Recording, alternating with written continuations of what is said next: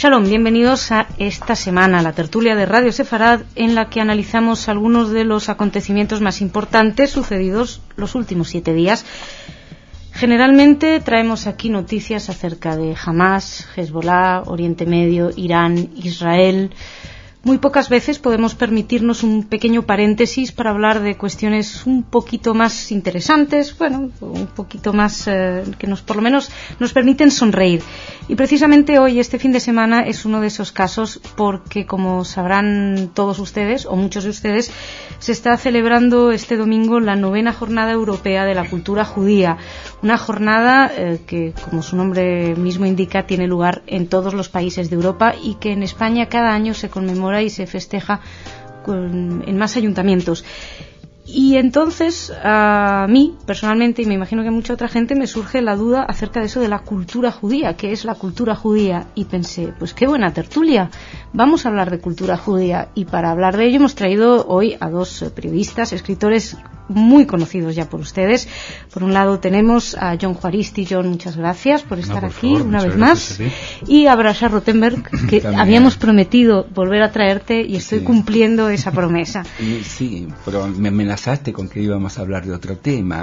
Ayer me llamaste y me diste la sorpresa de que íbamos a hablar de cultura judía, que ahora voy a averiguar por medio de Jon qué es eso. Bueno, a mí me gustaría saber precisamente qué es esto de cultura judía. Os lo dejo, no voy a andar aquí. Me hablaste de la influencia de la cultura judía en Europa. Entendí que dijiste eso. Bueno, yo hago un poco de trampa cuando os llamo, porque si os digo directamente a qué venís... Que yo solo pensé en Europa, no en la cultura judía. Bueno, pero de alguna manera, ¿os acordáis que se quiso hacer esto de las raíces de la cultura cristiana, de las raíces cristianas de Europa?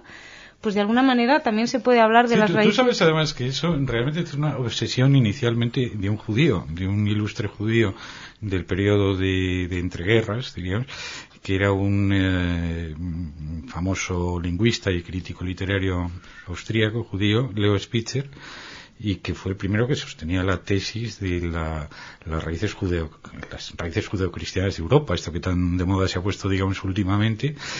Acaba de publicarse, curiosamente, un libro suyo, hablando del significado de la palabra Stimmung en alemán, de la visión clásica cristiana y, en definitiva, también la judía de la cultura europea, de la cultura clásica europea, ¿no? Pero, en fin, lo digo a título solo de curiosidad, porque... No, es que negar las raíces judías de la cultura cristiana es imposible. Sí, sí. Y no solamente que es imposible, sino que diríamos que es casi una misión histórica de los judíos. Al fin de cuentas, los judíos trajeron al cercano Oriente la cultura babilónica, el código de Hammurabi, y lo trasladan. Esa es una especie de misión. Toman parte de la cultura del sitio donde están, la reelaboran, la asimilan y la reentregan, ¿no? Y acaba de entregarle una figura interesantísima histórica, Jesús. Sí. Y se encargó el judío más famoso de todos los tiempos. Exactamente. Sí, la verdad. Pero ¿os parece que, por ejemplo, estamos hablando de esa presencia judía en Europa? Cuando hablamos de Europa, en este caso, estaríamos hablando más bien de Centro Europa, tal vez, porque, por ejemplo, en España las raíces culturales también tienen una gran presencia musulmana. El Islam está aquí durante 8 siglos, si no recuerdo mal, o más de 8 siglos, ¿no? Están bastante más tiempo. Sí. No, hay que tener en cuenta que también el Islam es una cultura de síntesis, o sea, lo que utiliza son detritos, en fin, restos de otras culturas o elementos de otras culturas, de la bizantina, de la persa y de la judía, por supuesto. Es decir, el Corán en realidad es un putpurrí de leyendas judías, unas de origen bíblico, otras midrásicas, rarísimas, y tampoco es diríamos una cultura original. En realidad, ¿qué es una cultura original? Es que todas las culturas del mundo están mezcladas, digamos, entre sí, tienen elementos muy diversos. No, a mí, hace poco hablando con una brasa, salió el problema que creo que es fundamental, y es si existe una cultura judía, una civilización judía o muchas. Yo creo en eso. ¿Tú crees que existen muchas?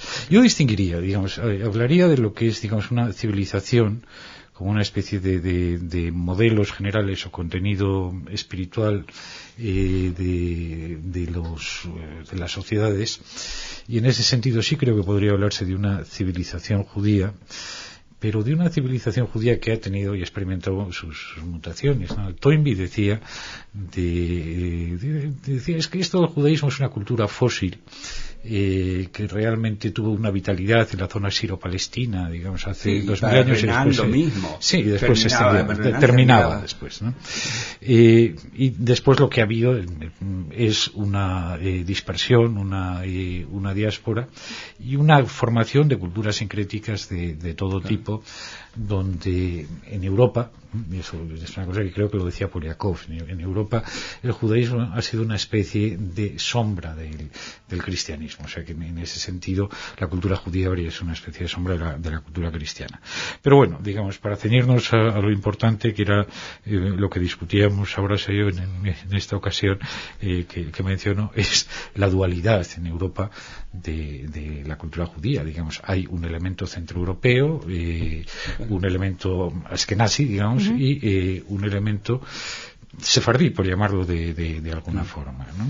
Con su origen en la España de la Edad Media, y que después, bueno, pues ha permeado también a las culturas judías del Magreb y a cierta parte de la cultura europea, también en Francia y en Holanda fundamentalmente, ¿no? Pero independientemente de lo que tú planteas, con lo cual estoy de acuerdo, porque la base de la cultura judía el origen es absolutamente religioso. Lo que determina la diferencia es la forma, y la forma está determinado por el ámbito. La determinación del resultado de lo que llamamos cultura judía, nosotros, yo que soy un judío ashkenazí, proviene del encuentro del judaísmo con otras culturas. Las que se mantienen en el gueto no trascienden. Trascienden solo para los judíos. Por ejemplo, el mundo no judío nunca supo lo que era el Yiddish, no tuvo ninguna influencia, pero sí supo quién era Einstein. Entonces, el ámbito es el determinante. Yo creo que el milagro doloroso que se produjo es el resultado de la diáspora. ¿Tú te imaginas a Carlos Marx en Tanganica? Hubiese sido Carlos Marx, pero no sé, alimentándose de los cocoteros. Entonces, el ámbito es el que determina el carácter de ese judío, que generalmente, cuando se incorpora a un mundo no judío, se transforma en menos judío y más universal, digamos. Sí. Porque es determinante. Es decir, fíjate, no se asimila tanto, digamos, a una nación preexistente, a una cultura preexistente, como un ideal de cosmopolitismo, a un ideal de... No, un ideal europeo en el caso de Europa. ¿Sabes? Ese viejo dicho de la Europa anterior a la Segunda Guerra Mundial, de que en el Imperio Austríaco había checos, había eslovacos, había croatas, había incluso alemanes, y después estaban los austríacos, que eran judíos todos, ¿no? Eso es trasladándolo a Yugoslavia en la época de las últimas guerras. Decían, no, aquí hay de todo, digamos, hay croatas, hay macedonios, hay serbios, hay eslovenos y hay yugoslavos que son judíos, que quedan unos cuantos. No, ese ideal yo creo que persiste dentro de las distintas culturas judías de Europa, de no identificarse con una cultura nacional en el sentido estricto. Es decir, tomar el alemán, escribir en alemán, etcétera, digamos, pero no hay nacionalistas alemanes, los hay, pero muy pocos. Digamos, hubo el hermano de Gershom Scholem era, digamos, una figura un tanto relevante del nacionalismo alemán. Kantorowicz fue también nacionalista en una época, pero no era lo habitual, ¿no? Y en el caso de España, lo mismo. Es decir, desde el regreso de los judíos, ¿no? El llamado regreso de los judíos a partir de la Guerra de África de 1859, etcétera, es cierto que hay una presencia mayor de judíos en España, desde luego mucho mayor de la que había habido en los siglos anteriores, que no había existido. Pero, digamos, no son figuras que políticamente se comprometan con posiciones nacionalistas. Bueno, ahí diciendo contigo, qué suerte. Sí, muy bien. Sí, mira, yo creo que después de la Primera Guerra Mundial hasta el ascenso de Hitler, el judaísmo alemán se sentía ante todo alemán. Porque se sentía cómodo, pero no nacionalista. Pero fíjate, hay cosas que ocurren, por ejemplo, en Italia, donde el apoyo más importante que tiene Mussolini al comenzar es una gran parte de la alta burguesía judía.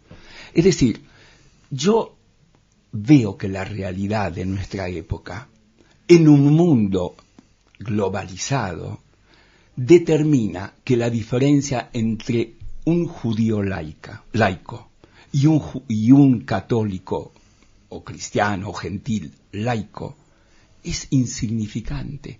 Se refiere a referencias emocionales o culturales, sí. Pero la vida cotidiana, excepto si vivís en un gueto cerrado o si eres un ultra religioso en la calle 47 de Nueva York, la vida cotidiana nos obliga a todos a experiencias exactamente iguales. El 95% de nuestra realidad es similar. Entonces, y muchas veces la diferencia que hay entre un judío y un no judío es teórica exclusivamente, porque ninguno va ni a la sinagoga ni a la iglesia. No, eso yo creo que ese elemento es fundamental, la secularización de las sociedades occidentales, ¿no? Comenzando por Europa. Estados Unidos es una sociedad mucho menos secular. No es secular.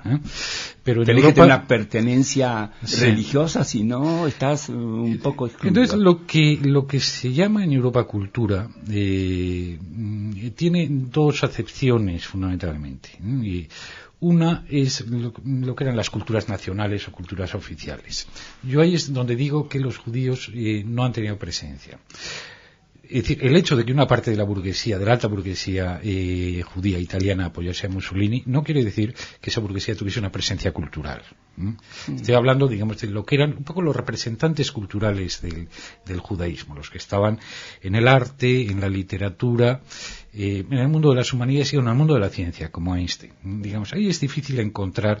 en la literatura. O en la arquitectura, donde es difícil encontrar, como digo, individuos adeptos a eso que en Europa se llama las culturas nacionales, a las culturas en el sentido nacionalista. Y después, digamos, la otra acepción de la cultura sería la cultura como lo que en Estados Unidos llaman heritage, el legado de unas generaciones anteriores que nos ha llegado desfuncionalizado. Y es un problema central de la identidad judía contemporánea, es decir, el judaísmo es una religión. Digamos, pero existe una identidad judía post-religiosa, una identidad judía que ha superado, digamos, la secularización y que consiste fundamentalmente en un legado, en una vinculación afectiva, digamos, a un legado ya disfuncional. Un legado de museo, digamos, para entenderlo. Pero fíjate, mientras estaba hablando me acordé de mi distante, lejana adolescencia, los libros que leíamos. Leíamos Stefan Zweig, Jacob Wasserman, que no se acuerda nadie de Leon Feuerbach. Sí, Leon Feuerbach. Expresiones de la cultura alemana. Yo en esa época no llegaba a Musil, pero si abres el panorama, una parte importantísima de la cultura alemana estaba representada por judíos. Es decir, la identificación de un nacionalismo no tiene que ser vociferante, es actuante. El señor Stefan Zweig, a quien lo admiré muchísimo, sobre todo cuando a los 18, 19 años leí El mundo de ayer, de él, su autobiografía, era un ejemplo de judío que vivía su judaísmo de una forma natural. Incluso en su autobiografía cuenta que conoció a Herzl, y que de pronto se dio cuenta, como muchos intelectuales, de que lo que él creía que era alemán, en realidad, para el señor Hitler y compañía, no representaba absolutamente nada de lo alemán.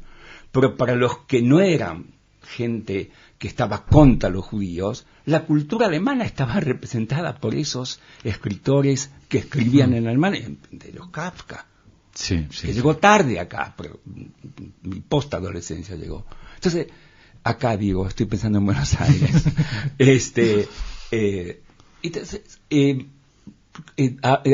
La pregunta que uno se hace es lo siguiente.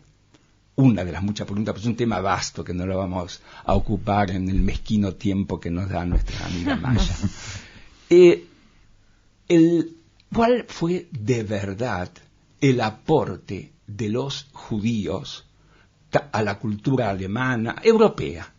Europea, porque hace la lista de los escritores de entreguerra y de postguerra también. Hay la participación de los judíos como expresión de la cultura de cada uno de esos países es muy, muy pronunciada. Lo que ocurre, y este es un tema que sí toca, es que la cultura ahora está devaluada. Nadie quiere ser el gran escritor, todos quieren ser el gran futbolista. Eso es lo que nos está pasando. Entonces nosotros dos somos dinosaurios, todavía pertenecemos a una época en que valorábamos la palabra. ¿Te acuerdas? O de la Malé, de la Melé, perdón. Romain Rolland, el escritor símbolo de la amistad entre pueblos opuestos alemanes y franceses. ¿Cuándo se logra eso? 60 años más tarde. No, esa es una cultura aniquilada ya. Es una cultura aniquilada en Europa. Es decir, lo poco que sobrevive en la emigración, fundamentalmente la emigración alemana, digamos, a Estados Unidos, una pequeña parte, digamos, a México, las Anna Seger, etcétera. Los comunistas judíos que no podían entrar en Estados Unidos fueron hacia México, ¿no? Fundamentalmente, pero digamos en Europa desaparece cualquier influencia posible, que quizá, digamos, es devuelta en parte por la rebelión juvenil de los 60, pero a través de Estados Unidos, a través de la importación de modelos americanos, la nueva izquierda y todo esto. Pero Europa queda, Johan Rein, en este sentido es absolutamente, el vacío es total, digamos, y no solamente es el vacío debido a la aniquilación de las viejas culturas tradicionales por los nacionalismos, como había sucedido en Turquía, como había sucedido en Rusia, donde los nacionalismos imponen una lengua nacional común y por tanto, digamos, arrasan con las particularidades culturales de lo que eran las comunidades judías allí. No, el nazismo es algo peor, o sea, es por supuesto, obviamente, claro, digamos, algo peor que el nacionalismo a secas. Sí. Es una deliberada, un proyecto deliberado de exterminio del judaísmo y de todo lo que huela a cultura judía. Pero fíjate lo siguiente, sin embargo, a pesar de lo que dices, el siglo XX estuvo marcado por tres judíos que pusieron en duda todo. Marx puso en duda el sistema capitalista. Freud puso en duda la bondad de todo ser humano que no se sabe cómo es hasta que uno no saca de su interior los monstruos que tiene. Y Einstein, bueno, puso en duda la ciencia, la seguridad que se tenía. Es decir, crearon... Yo me acuerdo, Stefan Zweig hablaba de que el imperio austrohúngaro era era el estado de la seguridad. Uno cuando nacía sabía cómo iba a terminar su vida. Esto desapareció. Y la inseguridad fue, en cierta forma, creado por una cultura judía. La inseguridad intelectual, no la inseguridad política. Estos tres. Vivimos el siglo XX bajo esas dudas que fueron superadas o que fueron, como en todas las religiones, los profetas fueron traicionados. Tanto Marx fue traicionado, Freud, bueno, no sé si fue traicionado, en Argentina tiene muchos fieles todavía, no sé si Lacan es un traidor de Freud o no, pero no sé. Y de Einstein creo que es el único que todavía no se duda de lo que hizo. Pero es decir, la cultura judía en sí dio poco. Los judíos cultos dieron mucho. Efectivamente, totalmente de acuerdo. Pero fíjate, recientemente ha aparecido un libro publicado por la Universidad de Princeton de un joven historiador, historiador que se llama Heinze. ¿De qué origen? Judío alemán. El libro se llama Jews and American Soul, los judíos y el alma americana. Sí. Y la tesis es magnífica porque además está muy bien demostrada. Es decir, el fermento de la cultura judía en Estados Unidos, aparte del literario, incluyendo el literario, digamos, afectó fundamentalmente a las ideas que los americanos tienen actualmente, y estoy hablando de Estados Unidos, sobre la cultura humana, sobre la naturaleza humana. Y la vía de entrada de esas ideas performativas que cambiaron totalmente la visión de los americanos a este respecto fueron las distintas corrientes de la psicología europea que llegaron, digamos, con la inmigración judía, no solamente con los psicoanalistas, digamos, sino con gente que llegó mucho antes que ellos y que ya se estaban planteando, digamos, problemas de psicología lingüística, y que estaban todos en el ámbito de lo que era el judaísmo secularizado. Sí. Por ejemplo, las ideas sobre la lingüística en Estados Unidos pues llegaron a través de Frank Boas, de Eduard Sapir, que eran emigrantes alemanes judíos, claro, muy anteriores, digamos, a la Gran Guerra, a la Primera Guerra Mundial incluso. Durante ese siglo, digamos, se ha conformado, digamos, una visión no solamente del mundo, sino una visión del hombre, una visión antropológica que debe muchísimo, digamos, esa visión de los judíos. O sea que efectivamente en Europa Freud, Marx y Einstein es una tríada que claramente crea la modernidad europea. Bueno, apoyados además por una cantidad de intelectuales de enorme nivel que han conformado el lenguaje, porque recién ahora, por ejemplo, el mundo, Kafka, no sé si has estado en Praga, se ha transformado en un objeto comercial. Como Joyce en Dublín. Como Joyce en Dublín. Pero Kafka como expresión de lo que significa él para el hombre contemporáneo.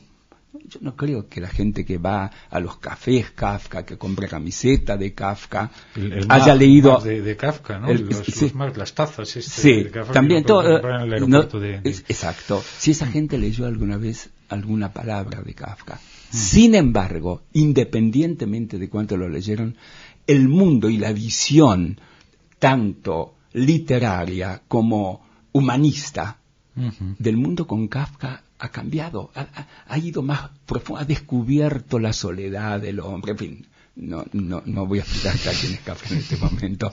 Compren un anillito de Kafka o una gorrita que diga Kafka, o una camiseta de Kafka. Ahí está resumido. Sí. En todo caso, ya que nombraste la literatura americana, yo a veces me pregunto, en realidad, estos escritores, algunos de nivel extraordinario que yo admiro mucho, los dos Roth, Henry, que Henry me había parece. Tres, Joseph Roth. Pero Joseph Roth es austriaco, polaco en realidad. Henry a mí me pareció, con ese solo libro, Llámalo Sueño, maravilloso, pero no solamente Malamud, Saul Bellow, el mismo Auster, que no es de mi pasión, pero bueno, ahí está, y tantos otros, hasta Woody Allen, han hecho un aporte a qué. Por eso al principio preguntamos que la cultura judía o a la literatura americana. Ese es el tema. Su aporte es un aporte a la literatura americana, pero la literatura americana, digamos, como la cultura americana en general es una cultura fragmentada, diríamos, en guetos, ¿no? Es decir, se puede hablar, por tanto, de una literatura americana de judíos como hay una literatura americana de latinos, donde, por cierto, digamos, hay gente que participa de las dos identidades, ¿no? Ilan Stavans, por ejemplo, que es un escritor latino, aunque escribe en inglés, pero escribe en inglés como Oscar Hijuelos y como decir toda esta últimas generaciones de descendientes de mexicanos, cubanos, etcétera, que han adoptado el inglés como lengua, pero que siguen teniendo como referencia al Heritage latino, ¿no?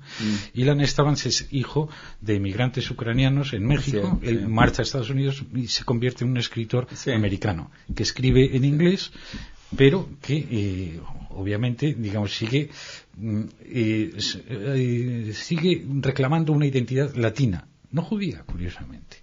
Porque para él el mundo de los escritores judíos es otro, efectivamente, es el de Solvelo, el de los Henry Roth. Es el mundo de los escritores judíos, pero yo te podría decir que después de la Segunda Guerra Mundial, cuando mueren la mayoría de los escritores que se expresaban en yiddish y que eran inmigrantes, y cuando desaparece Balser Singer, bueno, decir, bueno, sí, no, pero te estaba hablando de la Unión Soviética. Bueno, cuando desaparece Birobuyan, donde había 30.000 habitantes que escribían, hablaban en yiddish.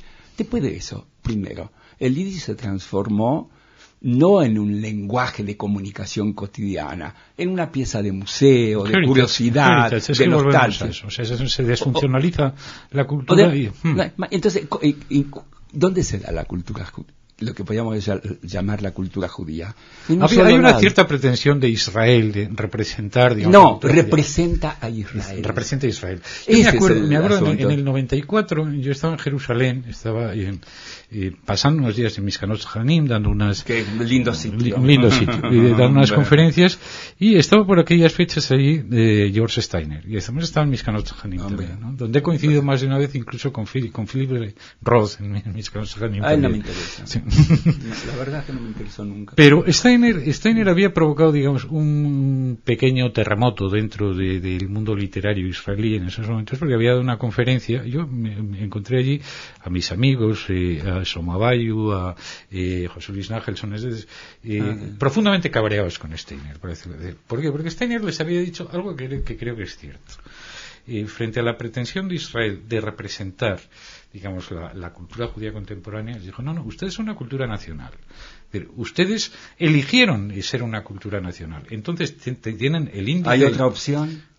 No sé si... No, es que lo que decía Steiner, no existe esa opción. El índice de genialidad que ustedes tienen es el que corresponde a una nación con su población y más o menos, digamos, con sus condiciones materiales de existencia. Cataluña, por ejemplo, digamos, podría ser un número aproximado de habitantes, y una Cataluña independiente o no independiente, digamos, como cultura nacional. Sí. Cataluña da unos resultados parangonables a los de Israel.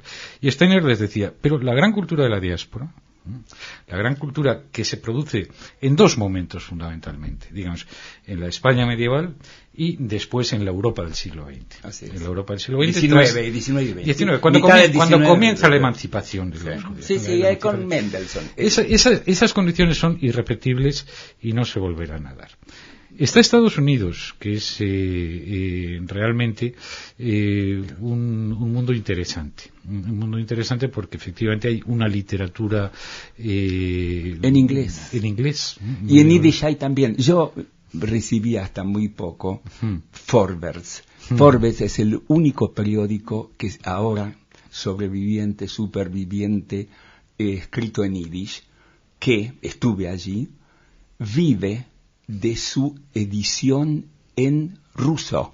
¿Ah, sí? Sí, y en inglés, porque cada vez que muere un lector, no resucita nadie para sustituirlo. Nadie le sustituye. Nadie. Entonces, claro, y aquellos grandes escritores que han escrito en yiddish, porque en yiddish hay grandes escritores desconocidos para la gente, que yo algunos los he disfrutado mucho.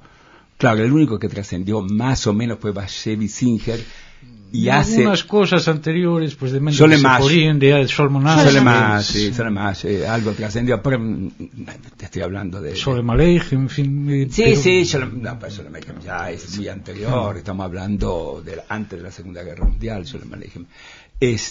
Pero independientemente digamos, no hay una cultura desarrollada, excepto entre los religiosos, que no son creadores literarios, porque ya Dios lo escribió todo.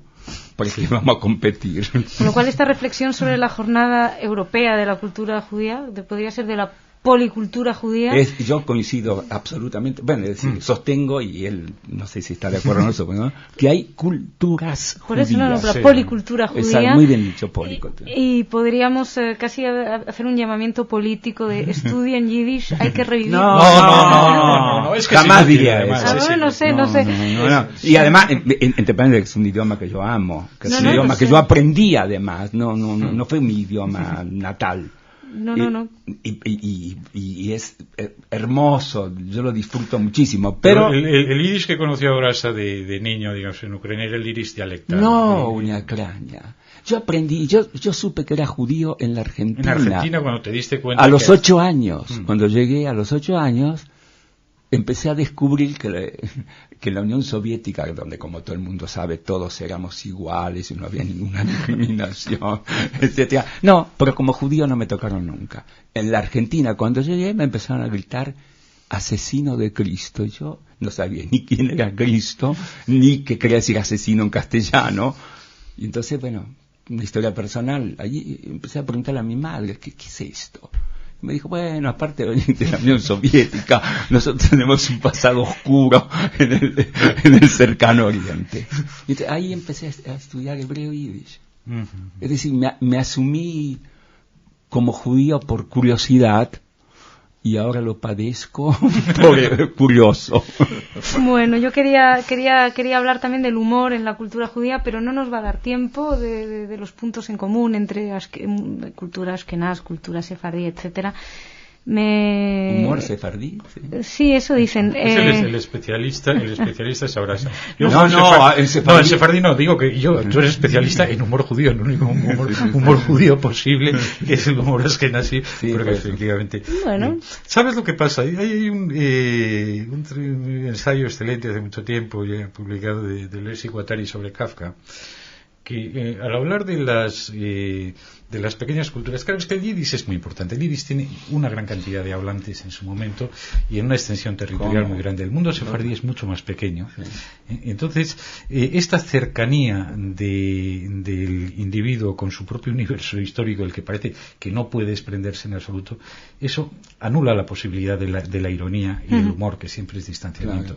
La cultura sefardí, en general, es una cultura muy privada de sentido del bastante más seria. Pero la cultura y el humor judíos, y esto es una tesis para discutirla, solamente son consecuencias del exilio. No se daba, en la Biblia hay una sola carcajada, en toda la Biblia, la de Sara, cuando le anuncian que va a ser madre a los 80 años. No hay más, nadie se ríe en la Biblia, todo es trágico. Tenemos un Dios muy malhumorado, está siempre de mal humor, acusando de que la gente no cumple, no hace nada.